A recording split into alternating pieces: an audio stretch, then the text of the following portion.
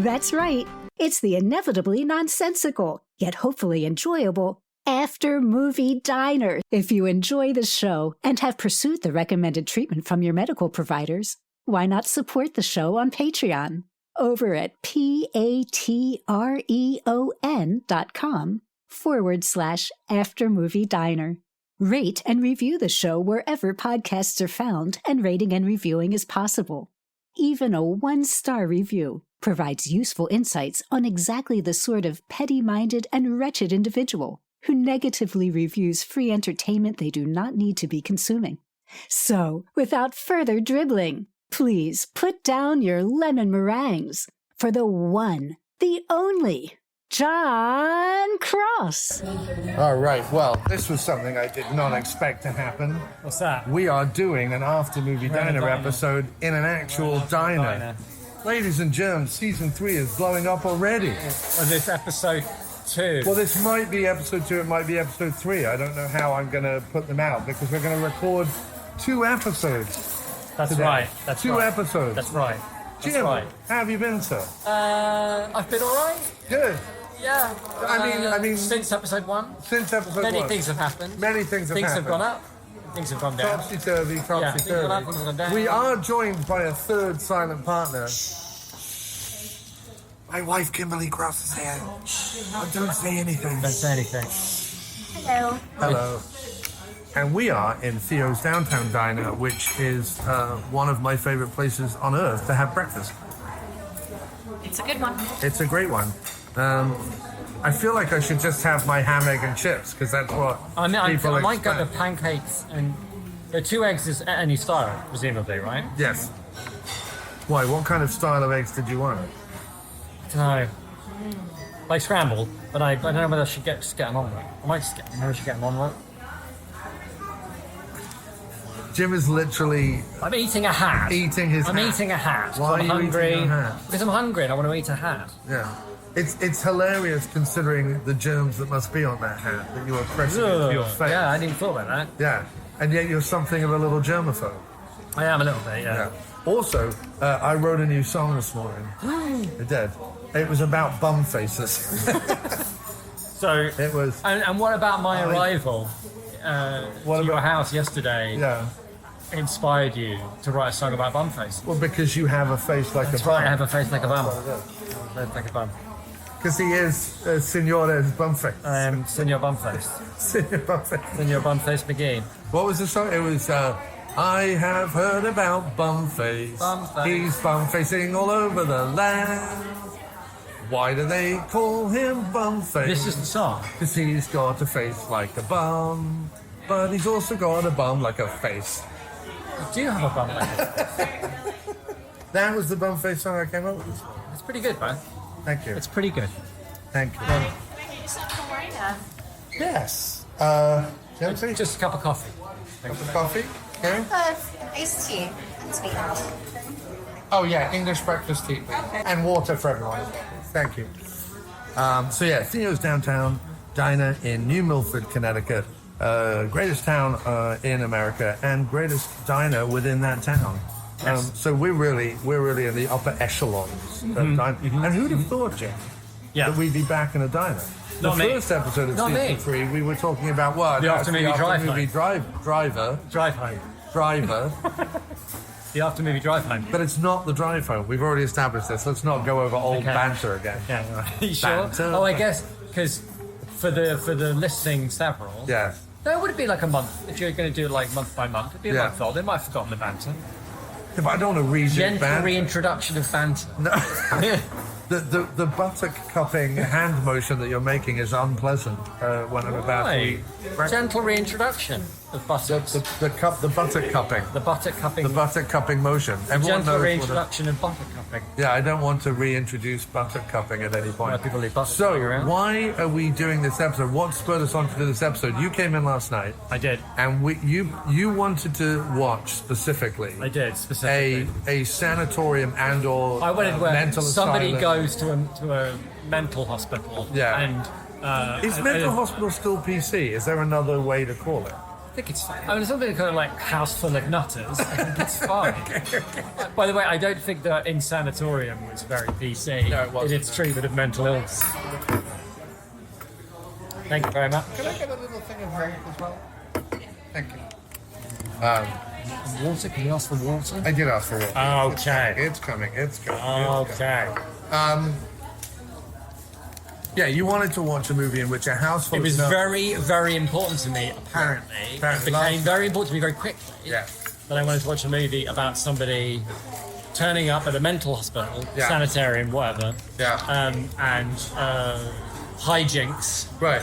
of a terrifying variety ensue. And what was interesting for me is that I have learned over the course of doing the diner with you that not only are there certain movies, if they're set in a submarine, for example, if they're set in a snowy wasteland, Yeah. something like that, there are certain movies that regardless of the cast or plot, Yeah. you are more predisposed to watch Yes. than other movies. Yes. There are also movies that regardless of the cast, plot, director, whatever, you do not want to watch. Gangster movies. No, but you also you'll be very specific. You'll say things like, "I don't like a movie where a guy does something and learns." You know, I don't whatever. I don't like movies where guys are having to go undercover. Right, but there's certain things you don't like. Yeah. Like you don't want something where people learn deep truths about themselves while, I don't know, traveling to India. No, you know what? No, I don't like those movies. Although that's not true, because I like Darjeeling Limited. Okay, yeah, you're right. You do like that, don't you? Ready? Hi. Could I get a bacon, mushroom, and tomato omelette, please? Yeah. Do you want cheese? Yes, please. What's American or cheddar? Cheddar. Kind of toast. What are my choices? White, wheat, rye, or multigrain? Multigrain. Oh, no home fries, if that's a thing. Yeah, no home fries, just the toast is fine. Thank you. I'm gonna do 2 eggs with sweet sausage. How do you want the eggs? Poached if possible. What kind of toast? Just wait. Okay. Thank you. How about you? Yeah, can I get your ham steak with 2 eggs, but instead of home fries, French fries, please? How do you want the eggs? Over easy, please. What kind of toast? Rye, please. Thank you. Thank you. Thank you very much. Oh, can I get the toast on a separate, smaller plate? Just to be a pain. Thanks for putting it. Actually, can I get French fries instead of the home fries? There you go. Thank you very much. Thank you. So, So- so what I've added to that list of things Jim apparently really likes Yes. are movies set in insane asylum. Yeah, it's yes. Oh wait, that's the un-PC term, right? Insane asylum? I don't know. Mental hospital. Mental hospital. I think mental hospital. Mental health is less- hospital? Mental hospital is better than insane asylum. Yeah. I think that's You true. do need to speak up. But yeah, anything to do with insane asylums, You're there for. I'm interested in. So you pulled out 2. Pulled out 2. One of which was called Don't look in the basement. "Don't Go Downstairs." No, don't look in the Don't basement. look in the basement. There was Downstairs. a series of Euro horrors in the 70s that began with "don't." Yeah, that's the Don't go in the like the house. Edgar Wright The Edgar thing. Wright thing, yeah. Right. Don't go in the house. Don't look in the basement. Don't go in the closet. Don't do any of that. And none of these. Put that others. down. Yeah, put that down. Stop it. Put that down! Exclamation. It was mark. movies that Would were have been a good very one. intent on telling you what not to do, like trying not to do it. Yeah. Anyway, you like movies about a I like movies about So insane asylums, yeah. we tried to watch "Don't Go in the Basement" or "Don't Look in the Basement" or "Don't just stay Don't. away." Just stop don't. it.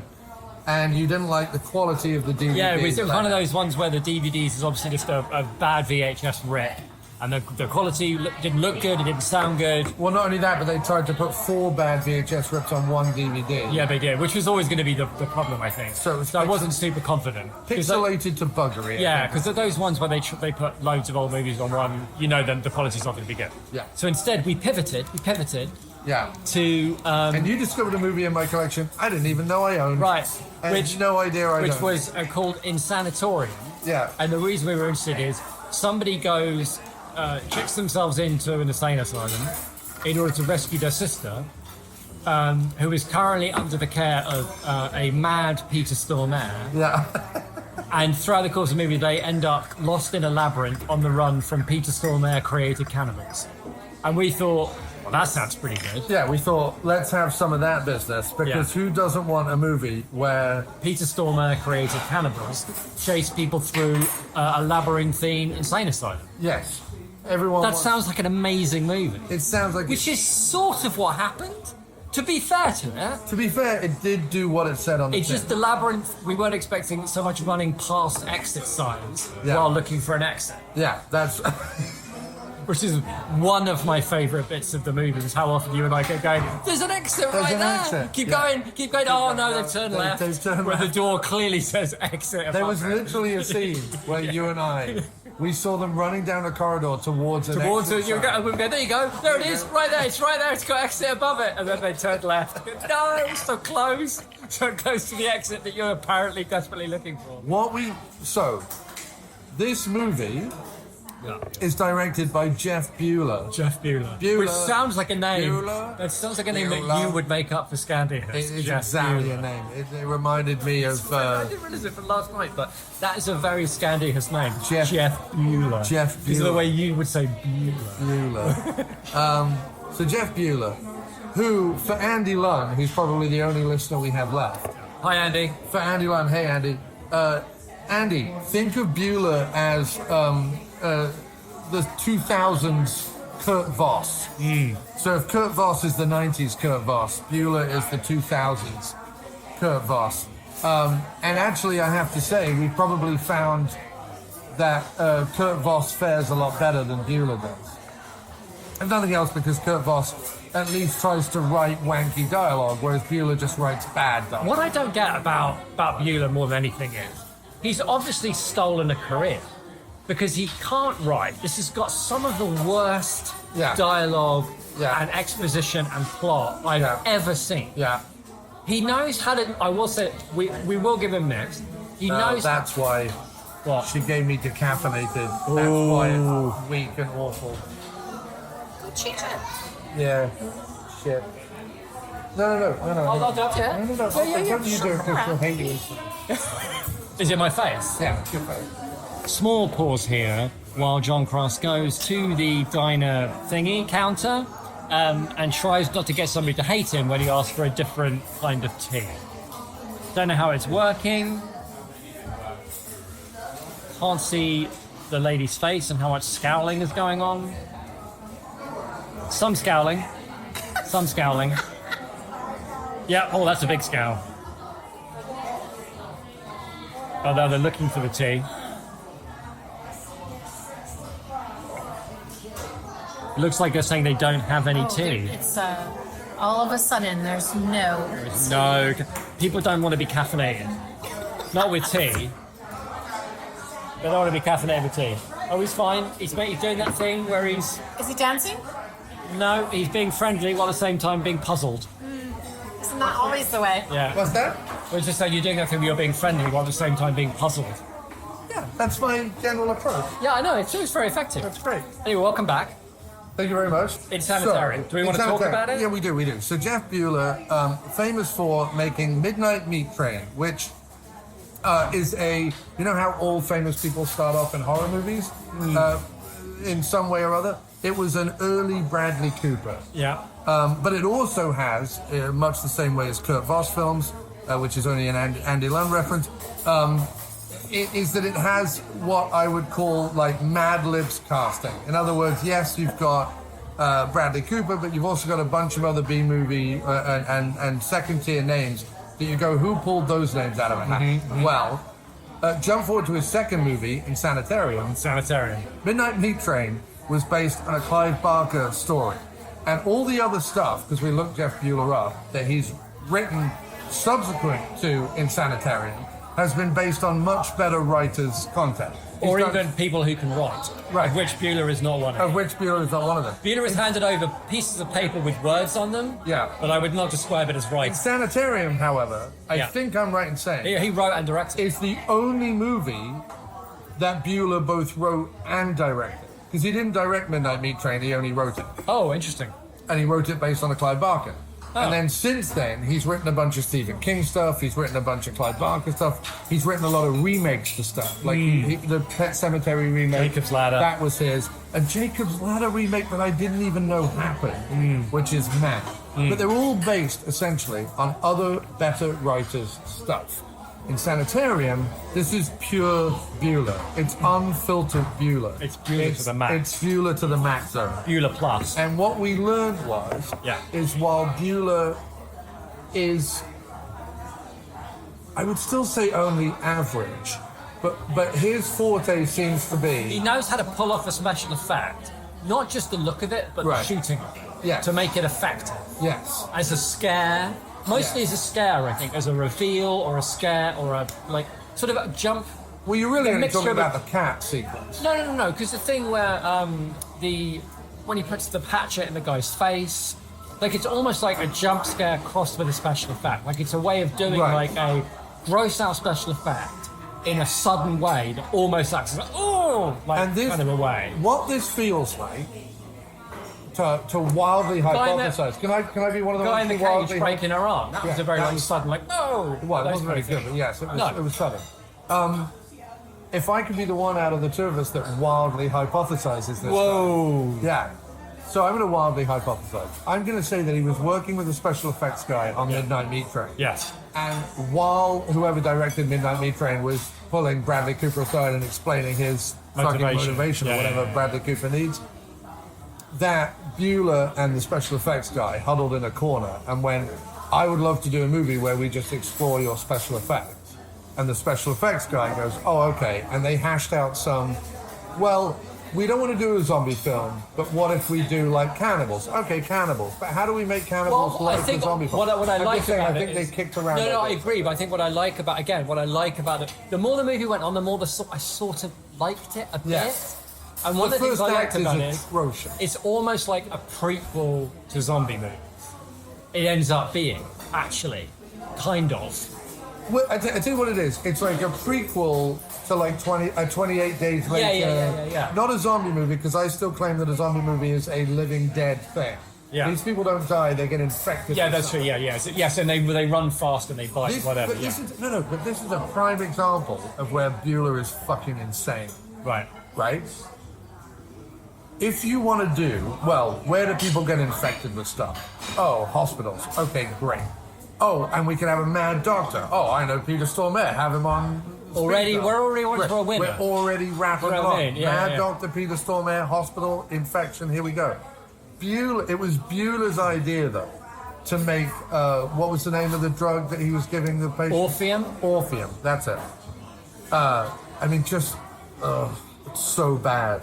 Because if the drug was called Orpheus, it would be a literary reference. Calling it Orpheum is like calling it Albert Hall. Like, it's not a... Anyway. Yeah. Like, an Orpheum is a... There was plenty of that level of thinking going on in this movie. I guess he's saying that in Sanatorium is the underworld and Orpheum... Oh, you've gone too far there. You've lost Buhler. I've lost Buhler.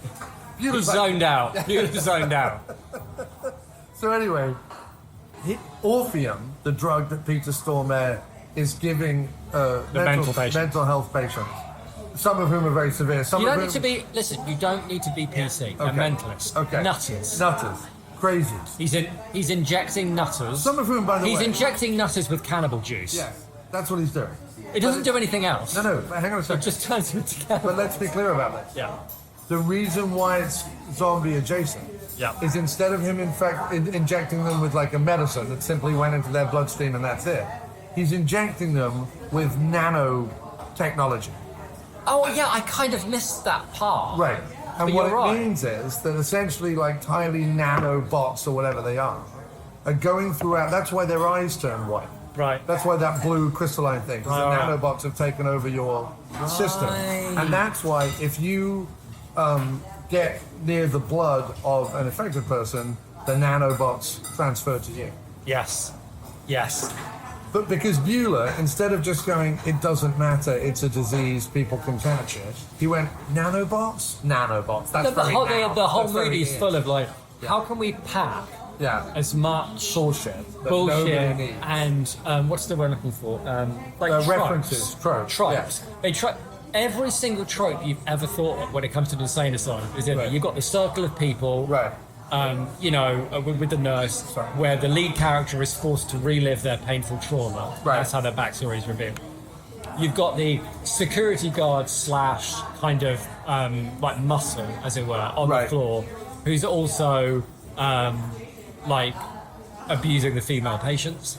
Well, he's abusing one particular female One patient who clearly was the only actor Buhler could find willing to take her top off. Right, precisely. Yes. And then you've also got the trope of some kind of hill-stealing corruption going on, which he also gives to that same character. Oh my God, that never paid off. No, it never That paid off. never paid off. Then you've got lead character Wait, why was he doing that with the pills?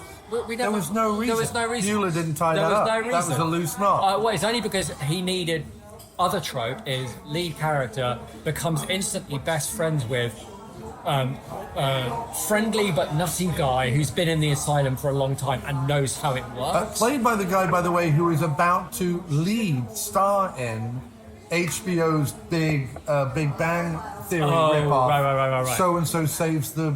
Yeah, so that's him. So-and-so doesn't save... Fails to save the universe. Fails to save the universe. I think it's what's called right. I mean, it's clearly going to be a winning... Yeah, Oh, absolutely. you know how you like multiverse in Marvel? No, everyone hates the multiverse in the Marvel. No, but we're pretty sure people love it. It's a little bit of toast. Oh, that's fine. I'll live. Thank you very much. We're going to get 4 people who weren't the leads of the Big Bang Theory and put them in a multiverse comedy show. How can we go wrong? That's printing money right there. Yeah. Anyway, that guy, he's the best mate the who knows how nice- the asylum works. He's the nice but anxious crazy person. Oh, then you've got the nurse, who he's got a bit of a thing with, like a bit of, what's the word? Olivia Munn. Olivia Munn, who's the kindly nurse, Yeah. who doesn't ever seem to take a break. She is on call, on the ward at All the time. Yeah. Then you've got the brother-sister relationship with the traumatic past, Yeah. and a relationship with their parents. Oh yes, because apparently their mother, who was a depressive and possibly suicidal,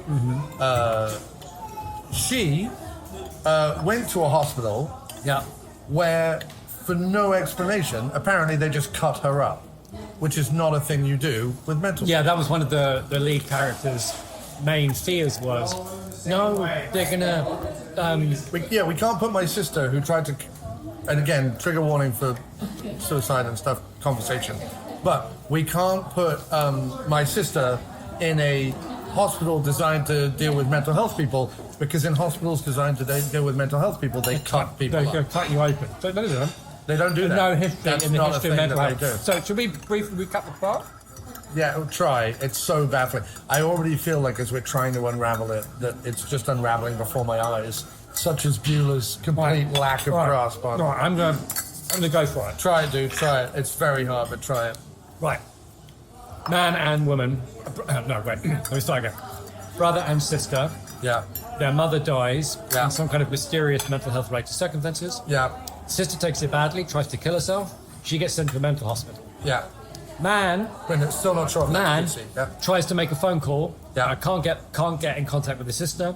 Therefore, after this one phone call, decides anyway that he's going to get to talk to his sister. Yeah. Is if he Writes a letter. cuts himself, damages himself terribly, writes a letter about how his plan. So wait, we'll get to the letter part. Chekhov's letter. In order to Bueller's letter. in order to make sure that people realise that he's sane, he goes, "Don't worry, I'm definitely sane because my plan is I'm going to carve large bloody chunks out of myself in order to get myself admitted to an insane asylum so that I can talk to my sister," which is such an insane plan Right. that it proves his insanity. Right. Insanity. Anyway, whatever. So he does Hang that. on, you're wobbling the table. He then gets arrested. Me? No, Jim, I think. Oh, no, me. He then gets arrested, sent to the insane asylum. Immediately, even though he's bleeding profusely, they don't take him to a hospital to get fixed up. The first thing they do is they send him to a mental hospital where at no point does anybody ever take care of his wounds, apart from once where a nurse lightly dashes him with a bit of cotton wool. Yeah. Um, Also, that considering America is a private healthcare system with more paperwork than you ever know what to do, nobody at any point does any paperwork on this guy No, that's at true. all.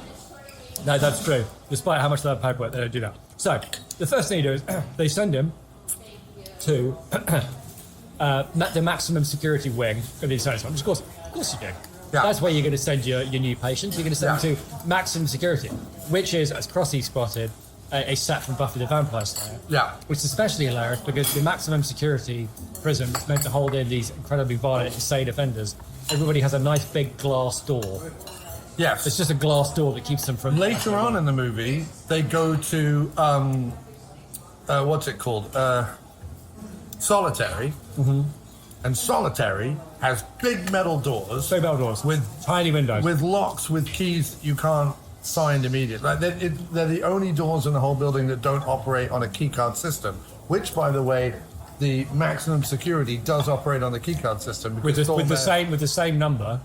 That operates every other door. Every other thing. Except the elevators.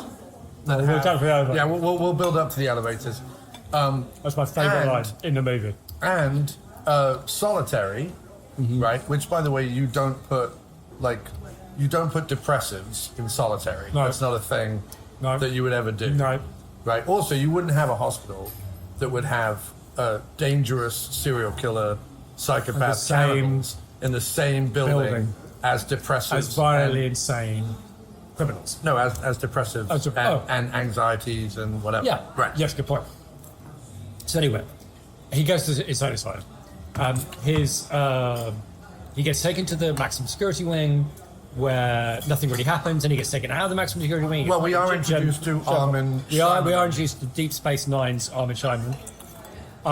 Who was a cannibal before introduced of the cannibal juice. That's true. Yes, that's true. Yeah. So he was like a serial killer cannibal. Yeah. An Ed Gein figure. Prior to Stormare introducing the cannibal juice that makes everyone else a cannibal. So while he's in the mental hospital, at first he's trying to look for his sister, but he doesn't have a lot of luck with that. But he does have luck with just finding out that patients have been taken away to a mysterious room where experiments are being done with them. Then the first... Yeah, this is all delicious. Yeah, it's very good. The first thing that happens that... Because this is going to come into play later. Well, he realizes this because some lights flicker. Yeah, some lights flicker. Yeah. And he says, oh, it looks like they're taxing the power of the building. Yeah. To which another character says, how can you know so much about the building's wiring? And he goes, right. Later on, he says, I studied the plans. When? Now, at no point have we seen anything to do with him being any good with electricity. No. Because seeing some lights flicker and like a bang noise, and he goes, oh, they must be doing something to tax electricity. Anyone could make that conclusion. And at no point do we see him studying any plans. Again, that's not something that happens. Anyway. But Buhler puts the line, how do you know so much about wiring? It does a lot of work later on. In the mouth of the character. Yeah. Because it means that, well, when the chips are down, our lead character, who was on Desperate Housewives, but we don't remember his name because he is so inconsequential in the world, I can't even be All we can tell you about him is is that over the course of the entire movie, which is 4 or 5 days, maybe a week. It felt like that watching it, yeah. Yeah. At no point does this stubble in any way change length. No. He arrives with the length stubble, and a week later, same length. Yeah. Although, to be fair, that also happens on The Walking Dead. Their hair, like Daryl's hair grows, but at a certain point it stops growing, and his stubble never grows in. Rick's beard grows, but at a certain point stops growing. Yeah, that's a good point. But anyway, yes. So anyway, handsome, inconsequential actor guy. Handsome, inconsequential actor. Yeah. Looking for his sister, can't find her, but does find out they're taking patients away to do experiments on them. We kind of find out those experiments are turning the patients into dangerous, like cannibalistic creatures. And then there's when anyone points this out to Stormare, he's comes up like this. This is the other thing about Buhler, and I've realised something in talking about all these different plot points and why it's almost fundamentally pointless to do so. Buhler is completely uninterested in everything other than I think I can film cannibals running amok in a hospital in an interesting, fun, and gory way. Yes. That's all he cares about. Yeah, that's true. Everything is just... And that's why, after a while, the first really decent special effect, and like jump scare, is in the courtyard, where And when we find out that, okay, this is really happening and serious. By the way, a courtyard they only go into once. A courtyard that has 2 exits with two those very push clear bars, fire doors. those push bar fire doors that they never once use. Right? And they do it just to do this is what I mean. They do it because they're like, well, how do we get a cat into the hospital? Oh, we can't. Oh, there's a courtyard. The cat's jumped into the courtyard. One of the patients has a cat. It's because that's all they're interested in. It's not about connecting the dots. It's just about, oh, there's a courtyard now. The audience is meant to go, oh, okay. And there's a cat in the courtyard. And then, in the courtyard, one of the patients rips the head off the cat. Right. Very suddenly and unexpectedly. Yeah. Which is a pretty good effect. Very good And effect. that's when I started thinking, okay, that's the first competent thing I've seen happen. Yeah. And when you've watched a film for about 40 minutes up that way, where everything has been unbelievably terrible, really like bad, with and nothing makes any sense. Nothing makes any sense. There's a total absence of competence. When something really competent happens, it probably takes you aback. It is. It's quite surprising. It's a bit of a surprise. So then you start reevaluating. Well, then what's you wonder, happening. did Buhler specifically make it awful in order to make his special effects look slightly competent? It's possible. Like four-dimensional chess from Buhler. Bueller's four-dimensional. Bueller's four-dimensional chess. So, and past that point, it's just him, his nice guy mate, the nurse, and his sister running through the hospital away from cannibals, while very, very gory. They do effects so happen. much running They do so much running on past corridors. through corridors, past exit signs, while looking for an exit. But here's another great example. And that's the movie, right? Right. Basically, I mean, there's lots more to get into, but at one point, right? Oh, well, Stormare is also having an S&M kind of relationship with one of the other nurses, played by Carla. Stormare is in his own weird world. Whatever Stormare's doing. I forget her last name, but I think it's Carla Gallo or Carla Gallo, something like that. I recognize she's a known person. She's one of the Mad Lib castings that Bueller's taking. A lot of TV faces as well. The dude from Big Bang, Armin Shimerman. Like, there's a lot of they got the lead guy is from Desperate Housewives. Olivia Munn, I think she was on like the G Show or whatever at the time. Yeah, I can't remember what she was on, but she was on something. She was on like a gamer movie review show, I think, at the time. I think. But also, wasn't she in an X-Men at some point? Wasn't she in X-Men, Olivia Munn? Maybe. In one of the early singer ones? Maybe. I think she is. But anyway, yeah. So ultimately, when the movie gets good, and I say good in a loose term, entertaining. When the movie gets entertaining, it essentially just becomes 4 people running around, and because everyone's turned into a cannibal because of nanobots, the audience is fine with them indiscriminately killing people. The weird thing I have to say, considering the special effects and Buhler and everything else, they don't come up with any particularly interesting ways to kill the people. They either shoot them or stab them. The hatchet in the face, but like everything else was just stabbing. And I have to say, this is another weird thing. The gun was a weird. In most zombie films, or films where a survivor can, for whatever spurious reason, kill hordes of people coming at them, there's normally sort of an apprehension about killing them, and B, if they stab them, for example, because all they have is a big stabby thing, right? They stab them once and move on. Yeah. What was weird about this is that there were several occasions where our leads, like, brutally stab one of the cannibals, sort of like multiple times. Yeah. Which is always weird to see a hero do. Yeah. Because that's normally what a villain would do, not a hero. Do you understand No, I know. what I mean? I do understand what you're saying, because you're right. It was Stabbing someone once is self-defense. Stabbing someone multiple times is psychotic. Yeah, they tried to turn them.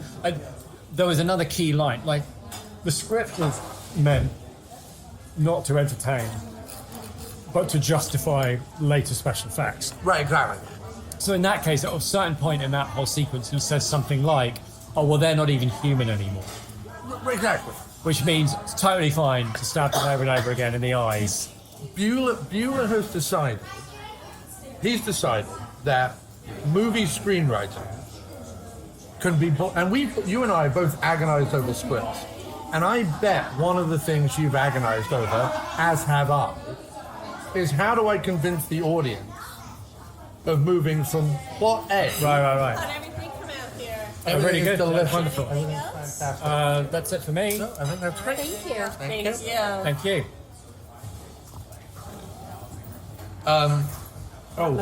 Jelly. I don't have any jelly. But I'll get it from another. No, it's fine. I'll grab it. Jelly for the bread. All good. Thank you. Thank you. I can put it back. Make sure it's not decaffeinated. Yeah, I don't want any decaffeinated jelly. Sugar free. Yeah, sugar-free jelly. Yeah. We've always agonized over what if my character was going to go from here to here. There has to either be a real world reason or motivation. Or something, or something that if you're an audience member, no matter how unbelievable, because sometimes plot points are unbelievable, but your audience is at that point suspending disbelief enough that they go with it, that the audience are not bothered with why is this happening, how is this happening, whatever. Right. Buhler has decided, I don't care about the audience. I think once the audience sees what I'm doing with gore... Give a fuck. No. I think what Buhler is saying is once the audience has seen what I can do with gore, what me and my special effects mate can do with gore, I don't think they're going to care anymore. They're just going to be like, oh my God, gnarly. Yeah, right? I think there's that thing of like making the mistake when you're a bad director of thinking that the audience are only going to care about what you care about. Right.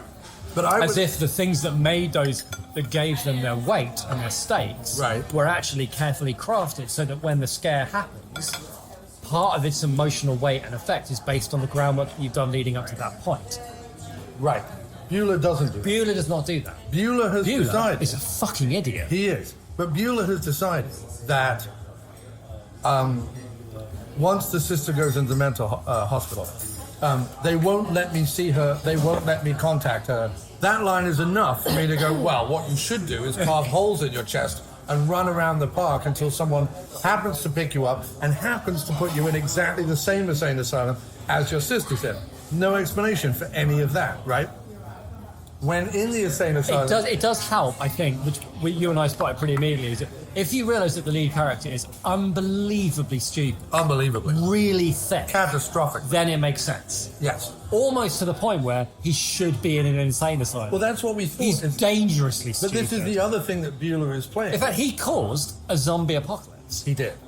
Well, that's how stupid he is. He did, but also so did Stormare. I'm not saying Stormare gets out there with, with clean hands. Right. Do you know what I mean? But he owns his share, no question. Understood.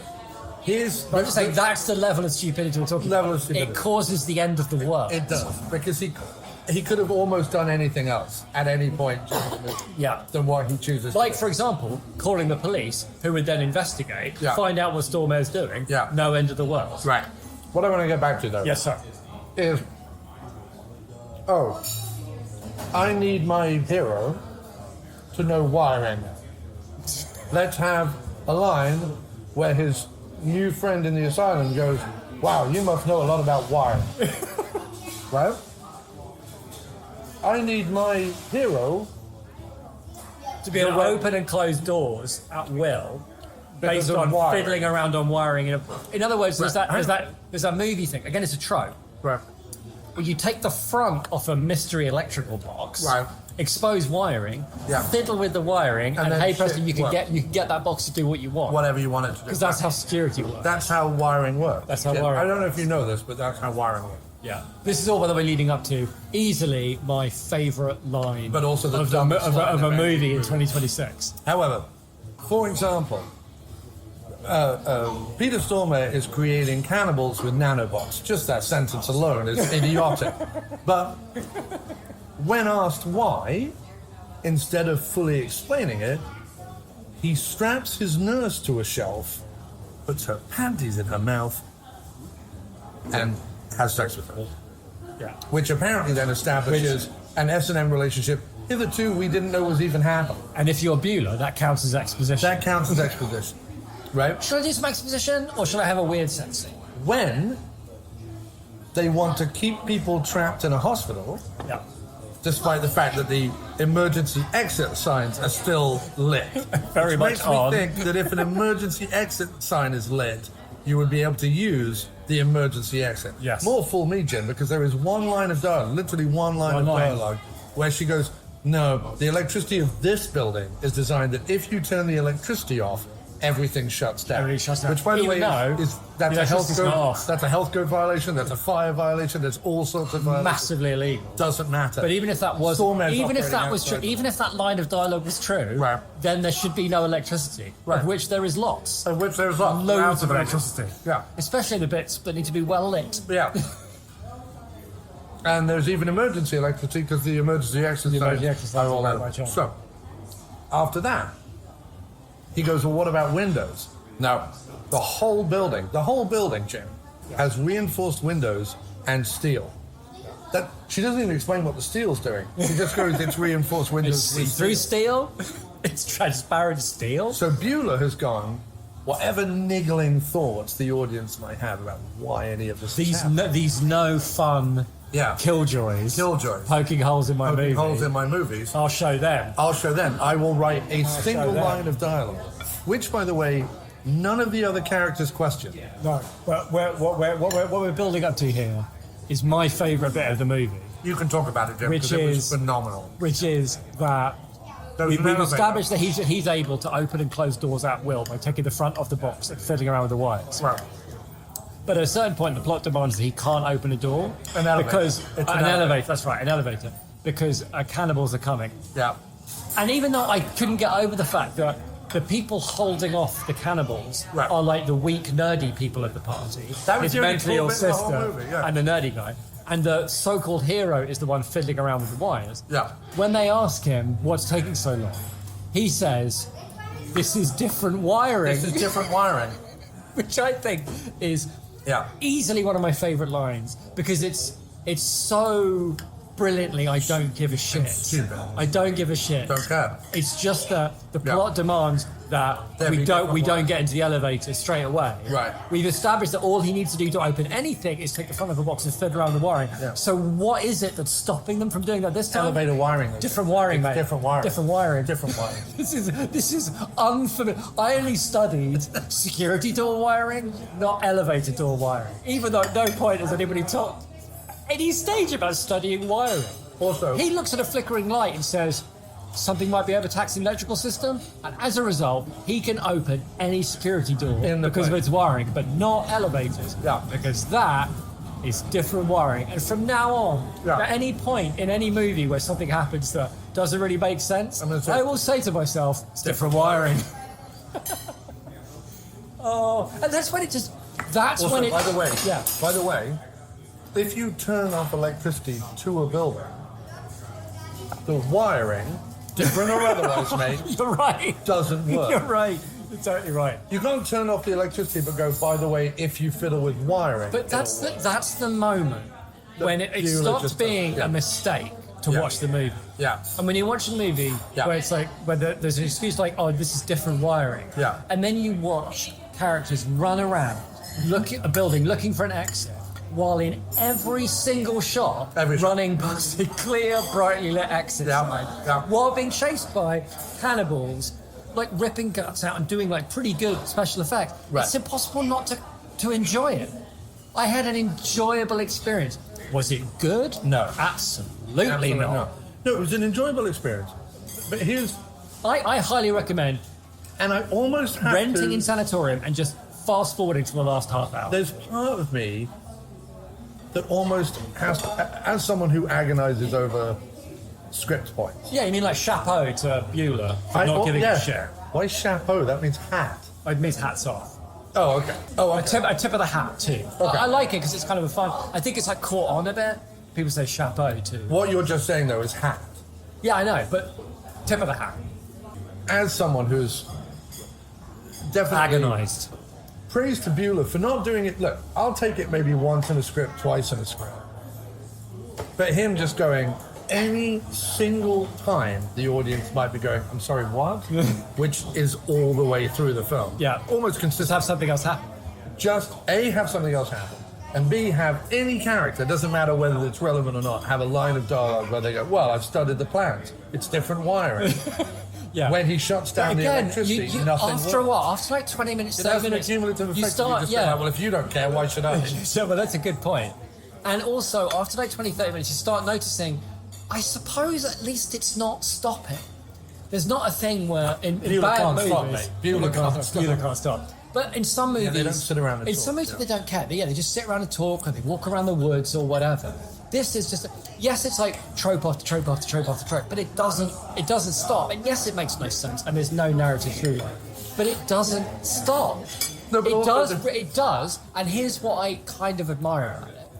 It's what it wants to do more than anything is entertainment. I think he wants to entertain Buhler. I don't know how much it cares about entertaining you. Sure, but yeah. I think he wants to entertain people based on what he thinks is entertaining. Yes. But it doesn't want to make me think. It doesn't want to make a point. It doesn't. There's two other things I want to hate me say. and just want my money. Do you know what I mean? Like you watch a movie, sometimes you think this movie hates me and wants my money. Yes. But it doesn't care. It's got my money. Yeah. Those movies you watch, like the first 5 Well, minutes this are good. movie definitely hates me.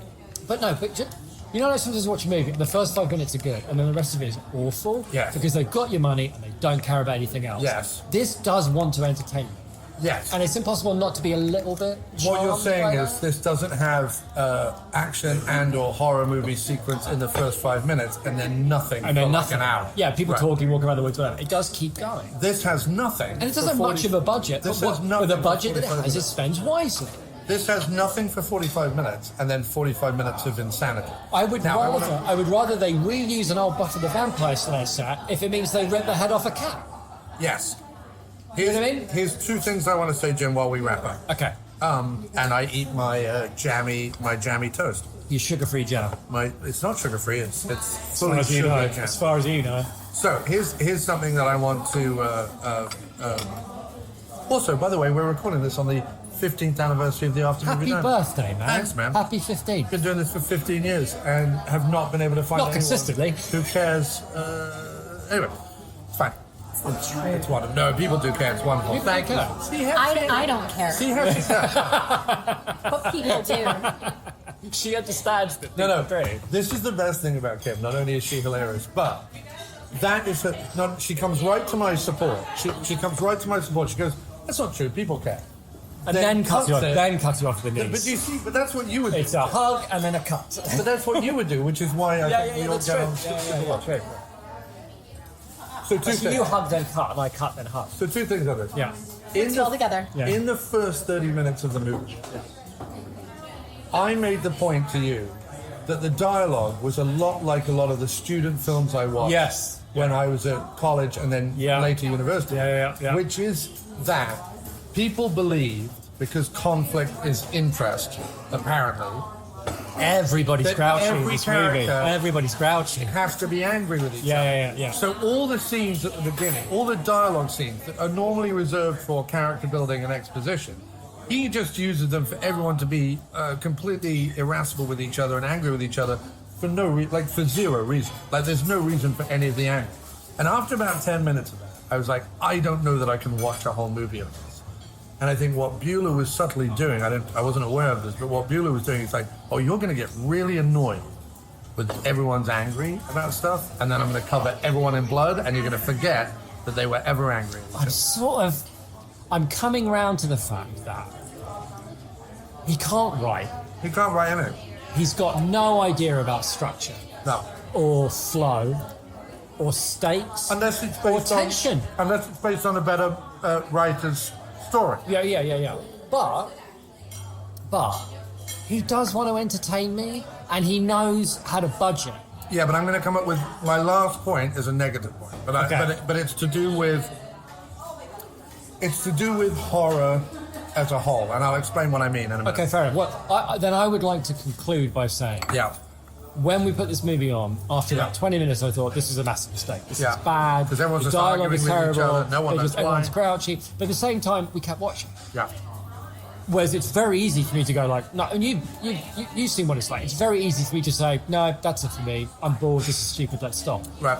There was no let up in what was happening Yeah. enough for me to even consider pressing stop because something was always happening. And then it just started to win me over with the effects, with how dumb it was. Right. With just its absolute determination to do anything it possibly could to entertain me, even if it didn't have the budget to do it. And if they had to use a building with exit signs, and if they didn't have the money to turn the exit signs off, Although, hang on a second. and if they had to use the money to turn that they would otherwise use to turn the exit signs off in order to have a meat cleaver go into somebody's skull in close-up, Yeah. well done. You made the right choice, Buhler. However, Because I would prefer a meat cleaver in the face and people running past illuminated exit signs looking for an exit than people running through corridors not looking for an exit, but no meat cleaver. In the style of the big mustachioed man in Airplane in the point counterpoint section, when it cuts the TV, they have point counterpoint. And she's talking about the airplane and blah, blah, blah, blah. And it just cuts to him and he goes, I don't care, we should let him crash.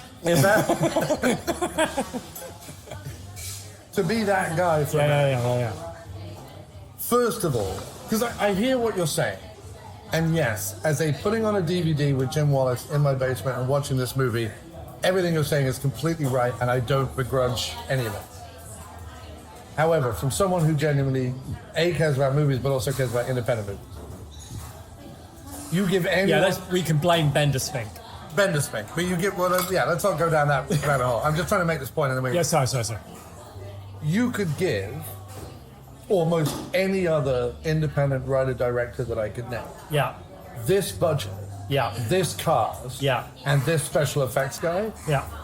And it would be an infinitely better film than anything Buhler could shit out. So the fact that Buhler made something that possibly entertained us, I think is more of a fluke than it is Buhler's genuine design. But that has to be a determination. No, but there is, and I'm going to explain the determination. Right? When the Evil Dead remake came out, and please bear with me while I go through this. This is not about me shitting on the Evil Dead remake. Well, it kind of is, but not really. It is relevant to what we're talking about. I became aware, and it wasn't just the Evil Dead remake, it was the Dawn of the Dead remake, it was lots of different, and horror movies that were coming out at that time, which this does. This comes out early 2000s, right, when all that was happening.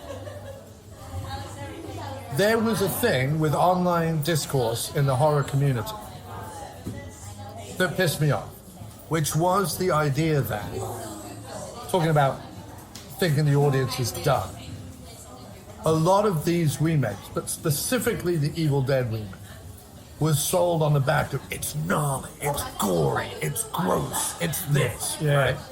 As if someone watched the first Evil Dead and the only takeaway from it was it's gnarly, it's gross, it's gory, and therefore if we're going to remake it and bring the fan base with us, all we need is gnarly, gross gore, because that's all these fucking idiots care about, right? The gore is the thing I care least about when it comes to horror movies, outside of the skill of producing it. If Day of the Dead has some of the most amazing practical gore scenes ever committed to film, and Tom Savini and the early KMB effects group, Nicotero and so on, who worked on it, did incredible work. But if I don't like the characters, and I don't like the plot, and I don't like the director, and I don't like the script, I don't care how many cats' heads you rip off, I find it very hard to give it the seal of approval, right?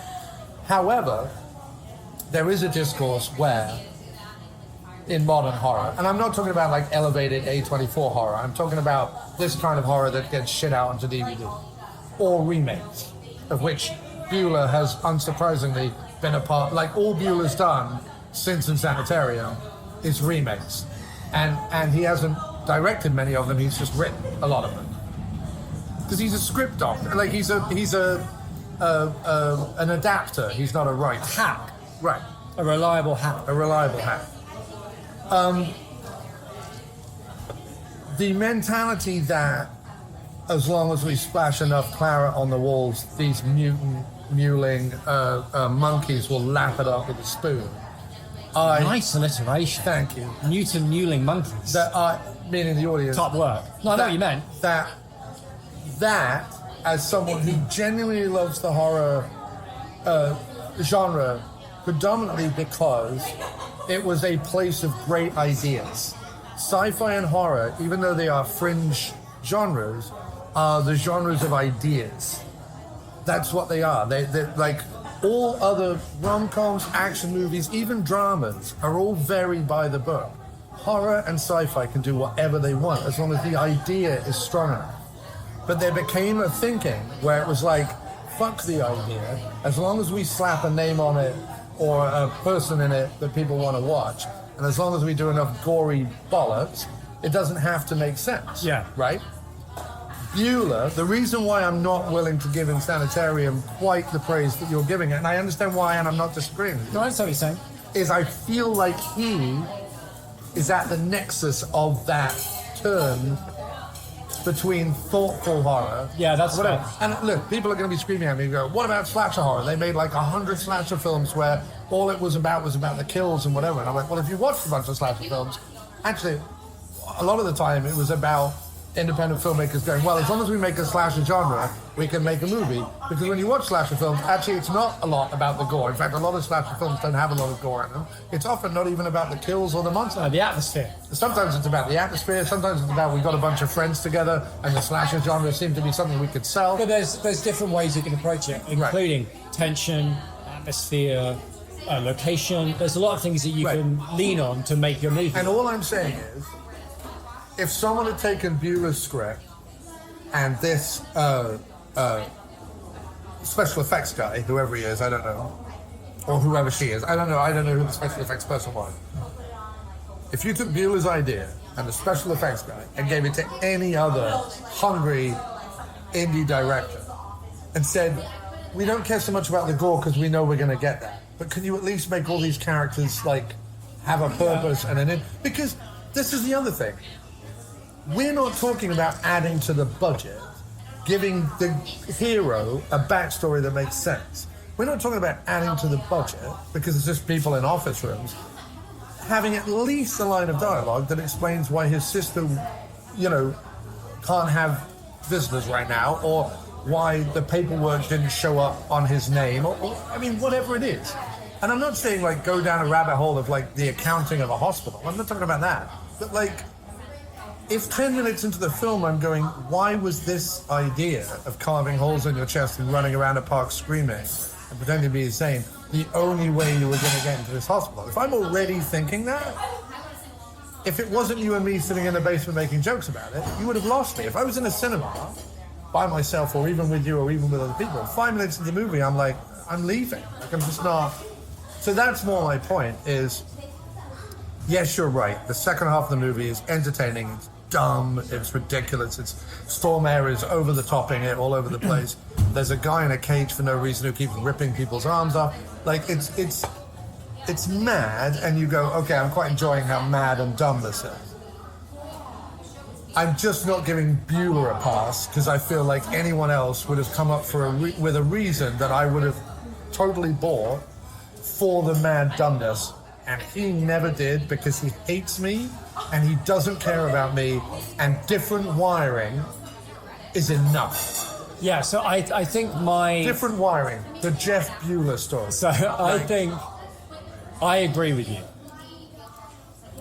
but I'm also a pragmatist. Yes, I know. I understand. And I guess what I'm saying is, for whatever reason, he did get this made, and partly out of determination, an ability to schmooze, a talent with budget, whatever it was, he was able to get the movie made, which is the hardest thing it's possible to do. Yes. And I agree with you, there's a better writer and there's a better director. Yes. And there's a better version of this movie. Yes. But if that movie doesn't exist, it's because those people didn't possess whatever it is, the connections, understanding, track record, whatever, that got Buhler to make the movie. Yeah. And because this is the movie that exists and we are watching it, the fact that it's made by somebody who doesn't care that they're looking for an exit while running past exit signs becomes indisputably a part of its very unique charm in a way that I probably won't forget. It was so bad and funny and entertaining. And not in a ho ho ho whatever, but like it was so baffling and yet entertaining. Yeah. I really enjoyed my time. And therefore... And what is a movie except to do that for you? So I have two more things to say there. Okay. One thing, and this is very quick, it has maintained your love of Asylum set movies. It hasn't dashed. Yes, no, that's true. It hasn't dashed your love Absolutely. of Asylum made Absolutely, movies. yes. Secondly, and here's a real question, because I know he's only made remakes you're not going to watch or whatever. Yeah. But if in the future, years from now, maybe Bueller's name has faded to the back of your mind, and you're watching a movie that you think that maybe it's a horror movie, maybe it's a sci-fi, whatever it is, and it comes Bueller's up with name comes up? written by Bueller, do you leave the cinema or do you stay? I think I stay. Okay. You want to see if he's learned anything? I tell you what it is. I don't know if I enjoy it as much if it is a gangster picture. Right. You know what I mean? Right. Like the fact. No, that it's in the genre it's you a want to genre- watch. It's in it because Then yes, and I stick it's got around. you in the cinema. Then Right? yes, I So stick he's around. not directing in it. He's not. His name comes up and you weren't aware he was involved. That's I what I'm stick saying. around. So the movie's already No, got I see you what in you're the- saying. Yeah, no. I stay Yeah. because I think, oh right, this is going to be unbelievably dumb. Right. But Let's hopefully see at what- one point they rip a cat's head off. Yeah. Yeah. Yeah. All right, Bumface. That was a man. great episode. That was really good. Done.